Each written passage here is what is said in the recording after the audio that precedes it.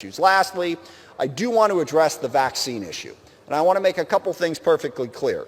Number one, the policy that the Department of Defense put in place in August of 2021 requiring service members to be vaccinated was the absolute right policy.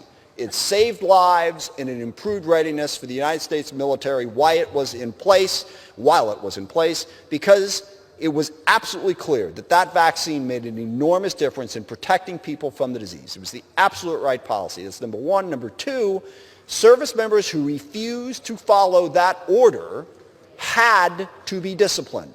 Orders are not optional in the United States military. You cannot function that way, and we are not going to undo that.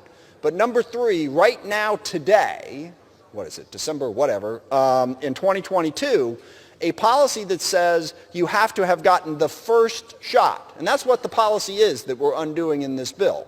It says that you have to have gotten that first shot way back in 2021, either one Johnson & Johnson shot or the two-shot Pfizer-Moderna deal. Right now, the science does not support that that makes you any safer today. It just doesn't.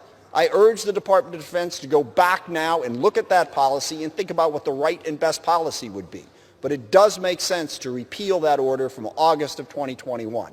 Personally, I would have preferred the Department of Defense do it on their own rather than the legislature telling them to, but since they didn't, I think this makes sense, and I think we ought to do it. Again, let me just conclude by saying this has been an excellent process. We have a nearly 4,000-page bill that exercises the authorizing and oversight authority of the United States Congress on behalf of the American people.